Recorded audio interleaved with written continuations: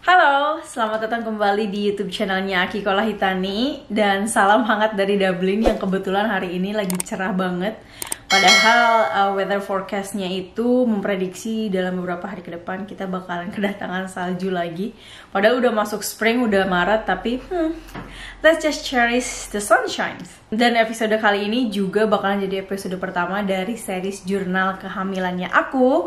Karena kebetulan I'm currently 23 weeks pregnant, so senang banget dan excited pengen banyak share. Semoga bisa bangun komunitas positif yang isinya adalah cerita tentang para ibu.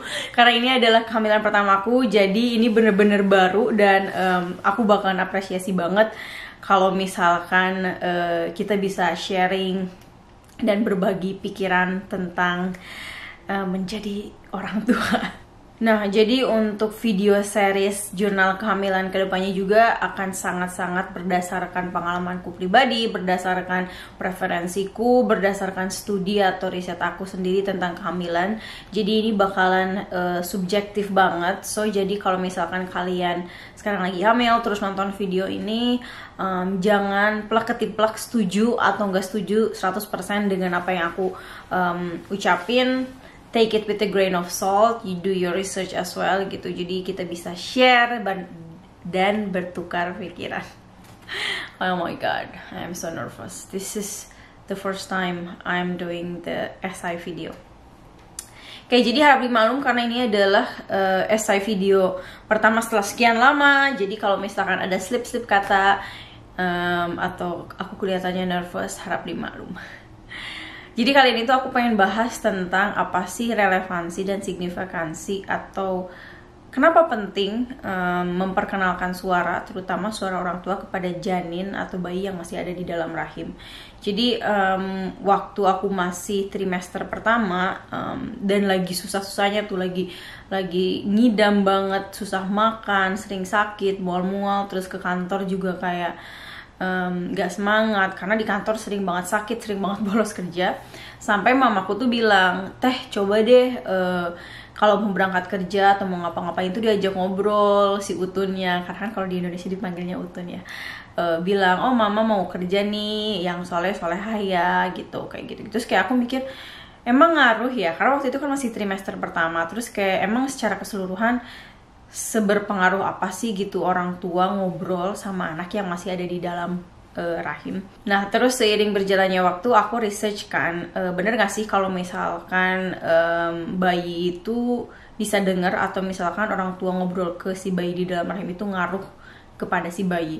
Nah, sebetulnya kan bayi itu mulai bisa mendengar suara atau mengenali suara itu di usia 16 minggu kehamilan gitu. Tapi baru bener-bener bisa mengidentifikasi dan kenal sama suara di sekitarnya itu adalah usia 23 minggu gitu. Nah, singkat cerita ya udah deh aku biasain ngobrol sama anak aku meskipun awkward, aneh banget awalnya, kayak berasa ngobrol sama siapa sih gitu, kayak dalam orangnya nggak ada gitu kan, terus nggak dalam handphone juga. Tapi aku baca-baca berdasarkan risetku ya, dan ini sesuatu yang aku yakini karena jujur ini kehamilan pertama, jadi kayak meskipun aku banyak denger cerita sebelumnya tentang kehamilan, tapi karena ini kejadian sama aku jadi kayak bener-bener hati-hati banget dan aku bener-bener research. Jadi ternyata kalau misalkan orang tua ngobrol sama anak itu banyak banget benefitnya, dan di encourage atau didorong orang tua itu untuk ngobrol sama anak sedini mungkin ketika anak masih ada di dalam rahim. Karena ternyata bonding, attachment atau membangun kelekatan antara orang tua khususnya ibu dengan anak itu sudah bisa dimulai dari sejak bayi masih di dalam rahim. So, jadi istilahnya itu disebut bonding before birth, membangun kelekatan atau ikatan sejak masih dalam kandungan. Karena let's admit it gitu, untuk sebagian orang tua mungkin nggak akan bisa langsung merasakan ikatan secara otomatis dengan si bayi di dalam kandungannya gitu. I don't know, mungkin mental health background atau social life norm, whatever it is gitu, yang mempengaruhi kesulitan orang tua untuk membangun ikatan atau kelekatan dengan anak. Dan ternyata ketika si anak tahu kalau misalkan ibunya lagi ngobrol nih sama dirinya, itu dia merasa terlindungi gitu. Dia merasa bahwa dia sedang dipersiapkan nih untuk dunia yang akan dia masuki nanti gitu. Jadi nggak serta-merta nanti tiba-tiba brojol aja gitu tanpa tahu situasi, lingkungan, kondisi di luarnya itu seperti apa gitu. Jadi satu hal yang aku praktekin sama suamiku juga, karena ternyata orang tua ngobrol sama anak di dalam kandungan itu mempersiapkan anak untuk lahir, untuk datang ke dunia nanti. Aku cerita tentang kehidupanku, terus juga gimana sih keseharianku, dan kalau misalkan setiap kali aku mau melakukan sesuatu, biasanya aku ngobrol ke anakku, misalkan, oh ya mami sekarang mau berangkat kerja, terus kerjaan mami itu kayak gimana. Jadi kayak kita berusaha untuk melibatkan si bayi meskipun masih dalam kandungan gitu dalam keseharian kita. Jadi nanti pun juga itu lebih ke mempersiapkan diri kita sih. Jadi kita sebagai orang tua juga lebih siap ketika nanti anak kita udah ada di sini. Oh, kita udah terbiasa ngajak ngobrol mereka gitu. Connor juga sama, suamiku, dia juga aku minta dia untuk selalu bercerita sama bayi kita. Misalkan dia baru pulang kerja, terus dia cerita harinya kayak gimana, how was his day, terus kerjaan bapaknya tuh kayak gimana sih, kayak gitu. Terus aku juga cerita kalau misalkan mommy is from Indonesia but dad is from Ireland. Jadi kayak aku cerita bahwa native language aku tuh adalah bahasa Sunda sama bahasa Indonesia. Terus kalau misalkan bapaknya itu native language-nya bahasa Inggris gitu. Jadi kayak hal-hal seperti itu kita udah kenalin gitu. Meskipun mungkin kalau secara logika emang bener ya nih anak bisa denger gitu. Tapi kan itu adalah effort kita supaya si anak tuh mengerti gitu. Setidaknya dia mengenali, oh ini kalau yang vibrasi suaranya seperti ini adalah suara mami, kalau misalkan vibrasinya yang kayak gini adalah suara daddy, kayak gitu. Terus aku juga, karena aku sama Connor sepakat untuk memperkenalkan ketiga bahasa sama anakku, bahasa Sunda, bahasa Indonesia, sama bahasa Inggris. Jadi ketika aku ngobrol sama anakku, aku ngobrol pakai bahasa Indonesia sama bahasa Inggris. Bahasa Indonesia sama bahasa Sunda. Nah kalau Connor ya otomatis ngobrol pakai bahasa Inggris. Ketika ibu atau ayah berbicara dengan native language-nya kepada si bayi di dalam rahim, itu akan membantu, sangat-sangat membantu dalam language skill-nya si anak nanti gitu. Jadi ketika anak nanti sudah lahir, dia udah ada memori di dalam ingatannya itu tentang bahasa apa aja sih yang digunakan di dalam hidup dia, kayak gitu. Selain tadi juga membantu language development-nya si anak, ini juga membantu well-being-nya si anak. Jadi ketika si ibu berbicara dengan anak, terutama menggunakan kata-kata yang positif, suaranya yang gak keras ya, maksudnya kita kan gak mungkin ngomong teriak-teriak sama si anak gitu. Itu membantu menenangkan si bayi di dalam kandungan, dan ini juga berpengaruh kepada heart rate-nya si anak gitu. Jadi kalau misalkan si bayi mendengar orang tuanya ngobrol sama dia, itu heart rate-nya itu menjadi normal kalau misalkan ternyata heart rate-nya tinggi ya gitu. Nah selain ini ngaruh ke well-being si anak, juga ternyata vibrasi suara ibu itu bisa merangsang atau menstimulus pergerakan si bayi di dalam kandungan jadi lebih aktif. Aku sering banget ketika lagi ngobrol, meskipun nggak lagi ngomong ke bayi aku nih, aku lagi ngobrol sama temanku di kantor atau ngobrol sama suamiku gitu. Biasanya bayiku sekarang, karena ini sekarang udah bisa gerak-gerak ya, jadi bayiku mulai bisa bergerak dari usia 21 minggu, sekitar 2 minggu yang lalu. Dari semenjak itu setiap kali aku ngobrol, dia bakalan respon. Dia kadang gerak, dia kadang nendang. Sekarang ini aja aku tahu bayiku lagi bangun, dia lagi gerak-gerak, mungkin karena oh ini mami lagi ngomong nih gitu. Jadi kayak ini bener-bener excited banget sih kalau menurutku ya. Jadi kayak aku senang nggak cuma ngobrol, kadang aku juga nyanyiin dia lagu, kadang aku juga bacain dia buku kayak gitu. Jadi kayak bener-bener menstimulus perkembangan well-being sama language development skill-nya si anak. Selain itu juga ternyata apa yang kita perdengarkan ke si anak sejak masih dalam masa kandungan, mau itu ketika kita ngobrol, mau itu ketika kita baca buku, mau itu ketika kita memperdengarkan musik gitu kan, atau misalkan kalau yang muslim memperdengarkan Al-Quran, itu tersimpan di bank memory atau di ingatannya si anak ketika dia lahir. Jadi mungkin nggak aneh lagi kalau misalkan ketika kita hamil terus kita misalkan rutin memperdengarkan musik klasik misalkan, terus ketika misalkan si anak lahir dia akan merespon terhadap musik tersebut gitu, karena dia dalam ingatannya tuh udah ada gitu, udah terekam, oh ini nih yang sering aku denger gitu. Jadi kayak dia mengenali gitu apa yang saat dia masih dalam kandungan dia dengar, dan ketika yang dia dengar saat dia lahir itu dia akan merespon itu, karena itu udah familiar, dia udah nggak baru lagi gitu. Jadi apapun yang orang tua perkenalkan, yang orang tua perdengarkan ke si anak itu anak bakalan inget gitu. Jadi bener-bener harus hati-hati apa sih yang kita perdengarkan, apa sih yang kita perkenalkan ke si anak, karena dia akan terekam dalam memorinya si anak. Terus yang bikin aku amazed lagi, ternyata suara atau musik atau apapun yang kita perdengarkan ke si anak itu membantu social skillnya anak. Dan buatku ini mesmerizing sih, maksudnya kayak gimana mungkin anak masih dalam kandungan, terus dia masih bayi, ini ngaruh ke perkembangan sosialnya anak nanti gitu. Karena social life itu kan biasanya terbentuk ketika kita sudah mulai bisa bersosialisasi gitu. Sementara bayi di dalam kandungan, mana mungkin dia bisa bersosialisasi. Tapi ternyata dengan cara dia aktif bergerak, dia nendang-nendang ke ibunya, itu adalah salah satu bentuk sosialisasi bayi dengan lingkungannya dia. Jadi bener-bener deh, apapun yang kita perkenalkan ke si anak itu ternyata ngaruh ke emotional dan social skillnya anak, ke well-beingnya anak, ke language development skillnya juga gitu. Jadi bener-bener crucial banget.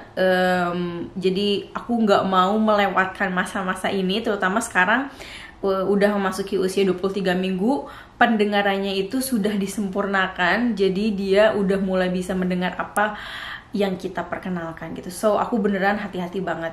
Nah, jadi hal ini bikin aku mikir, karena banyak banget teman-teman aku, terus juga orang tua ketika aku masih sekolah dulu tuh sering ngomong, oh kalau nanti hamil aku mau muterin musik klasik buat anakku gitu, biar anaknya jadi lebih pinter. Tapi sebetulnya bener gak sih gitu kalau kita memutarkan musik klasik itu bisa bikin si anak jadi lebih pinter gitu. Terus relevansinya juga dengan yang muslim, memutarkan Al-Quran dengan anak itu seperti apa gitu, dan apakah bisa hand in hand antara musik dan Al-Quran gitu. Jadi ini masuk ke ranah sangat pribadi, karena ini benar-benar preferensi masing-masing. Kita nggak bisa menjudge yang ini betul, yang ini salah. Tapi ini reasoning aku yang aku research tentang memutarkan musik klasik sama Al-Quran terhadap si bayi kita gitu. Nah ternyata studi tentang, bukan studi sih, jadi popularitas memutarkan musik klasik kepada bayi itu mulai terkenal di tahun 1990-an. Jadi ada yang namanya Mozart Effect. Jadi Mozart ini salah satu bentuk dari salah satu musik klasik ya, antara sekian banyak musik klasik. Nah jadi si Mozart Effect ini memperkenalkan belief atau idea yang menurutku lebih ke sugesti ya, bahwa kalau misalkan kita memutarkan musik Mozart atau musik klasik lainnya kepada anak, itu akan merangsang intelektual atau IQ si anak sehingga menjadi lebih pintar daripada anak-anak yang tidak mendengarkan musik klasik gitu. Tapi ternyata belum ada penelitian sampai saat ini yang betul-betul membuktikan bahwa hal itu tuh benar gitu, nggak ada relevansinya. Bahkan psikolog Frances Rauscher dia melakukan penelitian dan menemukan bahwa tidak ada signifikansi yang kuat antara IQ dan musik klasik yang didengarkan kepada bayi sejak masih dalam kandungan. Jadi ini tuh menurutku lebih ke kayak domino effect mungkin ya, kayak oh ini nih kalau didengerin musik klasik karena kita percaya, jadi si anak akan jadi lebih pintar misalkan. Balik lagi sih itu lebih ke belief ya gitu. Kalau aku sih percaya nggak percaya sih, maksudnya kayak gitu. Aku lebih percayanya kayak gini, karena musik klasik ini kan kita tahu dia menenangkan gitu, terus temponya kan calm kayak gitu, dan dia hanya irama aja, nggak ada lirik sama sekali kayak gitu mostly ya gitu. Dan aku percayanya itu bikin si anak lebih tenang, bikin anak lebih responsif, lebih aktif mungkin ya kayak gitu. Kayak tadi hubungannya dengan mental well-being, dengan apa sih namanya social skill si anak gitu. Jadi si anak mungkin lebih merasa aman, lebih merasa terlindungi, kayak gitu aja sih. Tapi kalau misalkan aku percaya nggak kalau misalkan si musik klasik ini bakalan bikin anak lebih pinter, nggak sih ya kalau menurutku. Ini mungkin hanya akan memberikan sama efeknya dengan apapun yang kita perdengarkan ke si anak gitu. Nah terus sampai situ sih sebetulnya aku riset juga tentang hipotesis musik klasik yang banyak digandrungi. Kenapa sih gitu orang tua yang lagi hamil sangat menggandrungi hal ini gitu, sampai bahkan mungkin beberapa orang beli headphone khusus yang ditempel ke si baby boomnya dia supaya mungkin lebih maksimal si anak mendengarkan musiknya gitu. Padahal sebetulnya itu kita nggak boleh pasang headphone ke perut kita karena suaranya terlalu kenceng buat anak. Jadi normal aja kita ngobrol gitu. Anyway, ternyata kalau misalkan kita memutarkan musik klasik atau sejenisnya itu bisa menstimulus spatial reasoningnya anak, atau spatial reasoning ini adalah kemampuan untuk memahami, mengerti, atau proses berpikir dalam memvisualisasikan atau membayangkan objek-objek 3 dimensi kayak gitu. Jadi itu merangsang kemampuan anak dalam memvisualisasikan suatu objek kayak gitu. Mungkin ini sih yang berhubungan dengan intelektual, tapi nggak lantas dia bisa langsung cerdas dalam matematika misalkan kayak gitu. Nah, jadi selain daripada musik klasik dan sejenisnya bisa merangsang positive personality dan positive well-being bagi si anak, ternyata kalau misalkan si anak selama dalam masa kandungan itu mendengarkan satu musik tertentu aja, dia akan memiliki kecenderungan atau favoritism atau fondness ya terhadap musik tersebut gitu. Jadi ketika misalkan dia lahir, kalau selama dia dalam kandungan sering dengernya musik klasik, dia mungkin akan lebih suka musik klasik daripada musik pop misalkan. Begitu pula sebaliknya kayak gitu. Jadi ada studi dari European Study tahun 2013 itu menemukan juga bahwa musik yang kita perkenalkan kepada anak dalam kandungan itu akan diingat dan akan menjadi salah satu musik favoritnya si anak. Nah ini yang tadi di awal aku juga mention bahwa sebetulnya ini preferensi dari orang tua masing-masing ya gitu, mau memutarkan musik apa atau misalkan mau ngobrol atau enggak sama anaknya gitu. Tapi kalau misalkan aku dan suami kita sepakat tidak akan memutarkan musik secara sengaja ke bayi kita kecuali Al-Quran. Ini nggak dengan sengaja ya gitu. Sebetulnya kita zaman di digital saat ini kita sangat sulit menghindari musik. Ketika kita pergi keluar, mungkin kita dengar musik di kafe, atau kita misalkan lagi di kantor juga kadang aku dengar temenku muter musik pelan kayak gitu kan, atau kalau kita lagi nonton TV kita dengar musik gitu. Tapi kalau aku dan suami sepakat tidak akan dengan sengaja memutarkan musik jenis apapun ke anak kita, dan lebih fokus ke membaca atau murotal Al-Quran dan memperdengarkan Al-Quran ke anak aku. Balik lagi, karena aku muslim, aku percaya dan kita mengimani kitab suci Al-Quran juga gitu. Menurutku ini bukan hanya karena spiritualitas atau religiositas aja sih ya gitu. Aku juga research apa sih dampaknya kalau misalkan kita rajin membacakan Al-Quran atau memutarkan Al-Quran ke si anak kayak gitu.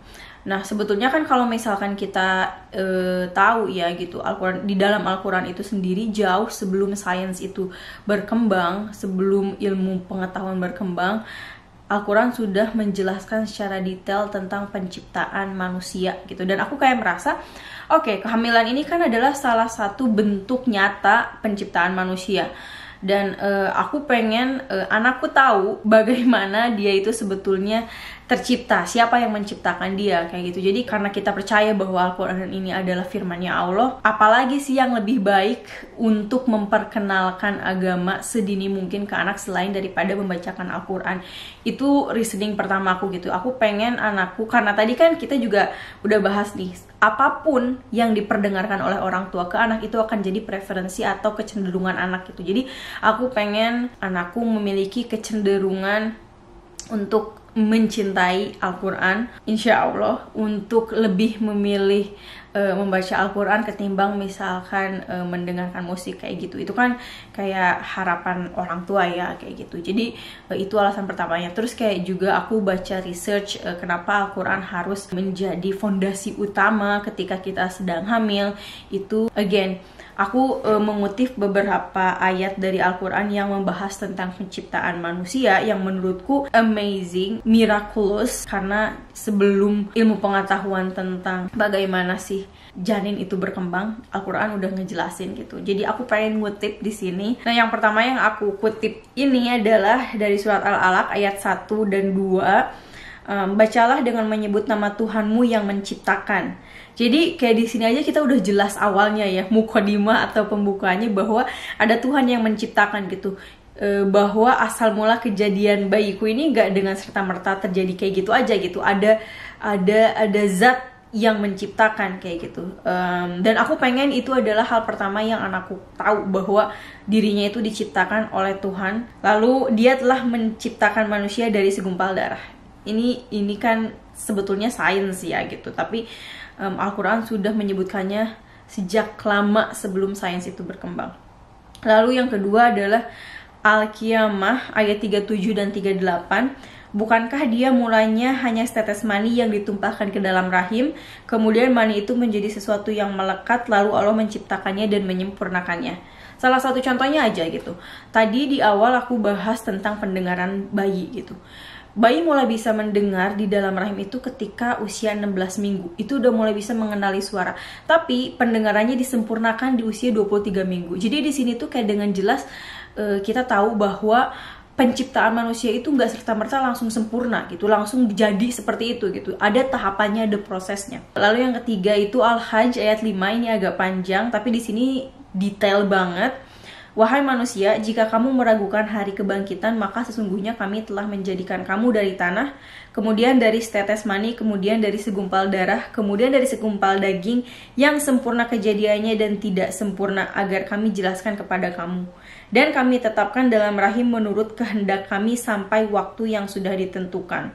Kemudian kami keluarkan kamu sebagai bayi. Kemudian dengan berangsur-angsur kamu sampai kepada usia dewasa, dan di antara kamu ada yang diwafatkan dan ada pula di antara kamu yang dikembalikan sampai usia sangat tua dan menjadi pikun, sehingga dia tidak lagi mengetahui sesuatu yang telah diketahuinya.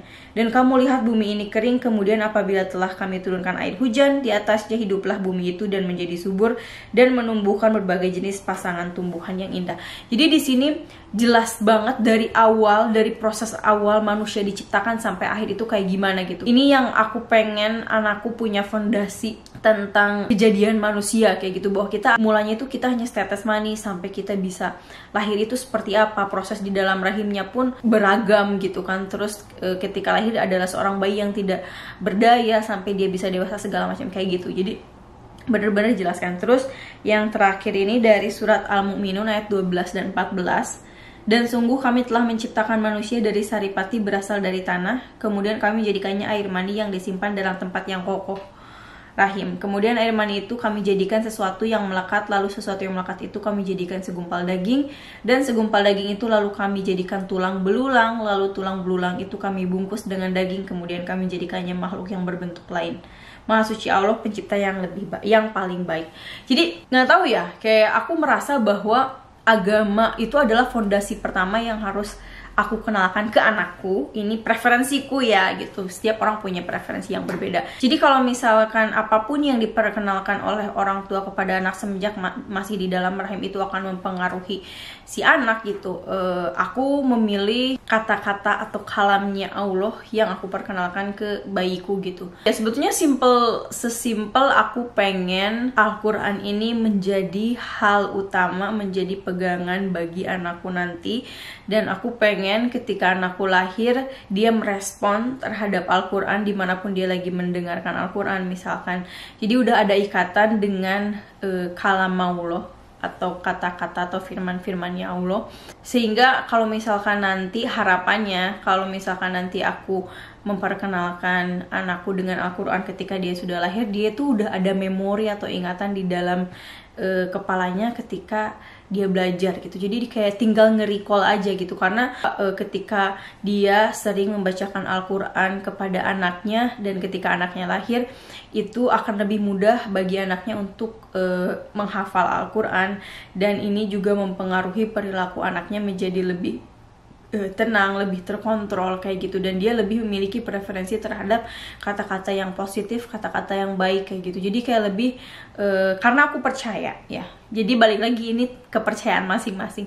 Aku percaya bahwa Al-Quran ini adalah buku yang paling baik yang bisa aku perkenalkan kepada anakku. Jadi aku pengen ini adalah hal pertama yang anakku ingat ketika dia lahir kayak gitu. Nah, jadi ada juga yang mengatakan bahwa ketika si ibu atau orang tua membacakan Al-Quran, murotal Al-Quran secara rutin kepada anak, ini akan merangsang tidak hanya intelektualitas anak, tetapi juga spiritual quotation-nya si anak. Kayak gitu. Jadi banyak hal yang bisa aku maksimalkan dari membacakan Al-Quran. Biasanya baca Quran aku sendiri gitu kan dengan suaraku, dan juga muterin murotal Qurannya Mishari Rashid Al-Fasi dari YouTube atau dari Spotify. Biasanya kalau misalkan aku baca Quran itu abis subuh dan abis asar. Ada alasan juga kenapa aku baca habis subuh, karena di dalam Al-Quran itu sendiri, kalau nggak salah di surat Al-Isra itu mengatakan bahwa Allah memerintahkan secara langsung untuk melaksanakan sholat subuh, karena sholat subuh ini disaksikan oleh malaikat. Jadi kayak aku merasa ketika aku sholat subuh, malaikat menyaksikan, dan juga fakta bahwa malaikat ini tidak bisa membaca Al-Quran. Makanya kenapa malaikat senang mengelilingi orang-orang yang sedang membaca Al-Quran, karena dia senang mendengarkan Al-Quran gitu. Jadi kalau misalkan subuh udah sholat itu disaksikan oleh malaikat, terus ketika kita baca Quran juga malaikat akan tinggal bersama kita karena dia senang mendengar orang yang baca Quran. Jadi di situ aku merasa bahwa momen terbaik untuk membangunkan anakku untuk bangun dan mendengarkan Al-Quran dan ikut sholat sama aku. Aku juga sering, setiap kali aku bangun subuh, aku selalu membangunkan anakku juga. Biasanya aku bilang, Assalamualaikum Bi. Kita manggil anak kita Bi. Assalamualaikum Bi, bangun yuk. Misalkan mami mau sholat nih, terus habis ini mami mau baca Quran, bangun ya. Biasanya most of the time ya, selama 2 minggu terakhir ini dia selalu bangun. Bayiku selalu bangun karena aku tahu, aku bisa merasakan dia gerak ketika aku sholat dan ketika aku murotal Quran habis sholat subuh itu gitu. Jadi di situ juga aku sudah membiasakan, mudah-mudahan insya Allah aku membiasakan anakku untuk bisa bangun subuh, untuk nggak susah dibangunin sholat subuhnya gitu, karena sejak masih dalam kandungan aku udah sering bangunin dia gitu. Terus kalau abis asar nggak tahu sih, kayak berasa bener aja gitu baca Quran abis asar, sebentar lagi kan maghrib kayak gitu. Nah terus aku juga senang sama Mishari Rashid Al-Fasi itu dari YouTube. Aku biasanya puterin murotal Qurannya dia dari Spotify atau dari YouTube kalau misalkan aku lagi masak, atau misalkan aku lagi simply lagi ngelipat cucian misalkan, dimana aku lagi nggak baca Quran kayak gitu sih sebetulnya logikanya gitu. Jadi aku sama suamiku memutuskan untuk tidak memperkenalkan musik dengan sengaja. So itu dia cuitanku yang ngalor ngidul tentang kenapa kita harus memperkenalkan suara sedini mungkin kepada anak, bahkan sejak masih dalam kandungan, dan preferensi kita. Lagi-lagi ini preferensi kita, kalian boleh punya preferensi kalian masing-masing, dan kita di sini tidak saling menjudge atau tidak saling menghakimi. Ini preferensiku dan suamiku. Kalian share ya apa yang kalian pikirkan tentang hal ini. What's your thoughts about this? Let's discuss. Let's spread the positivity, and see you in the next video. Bye bye.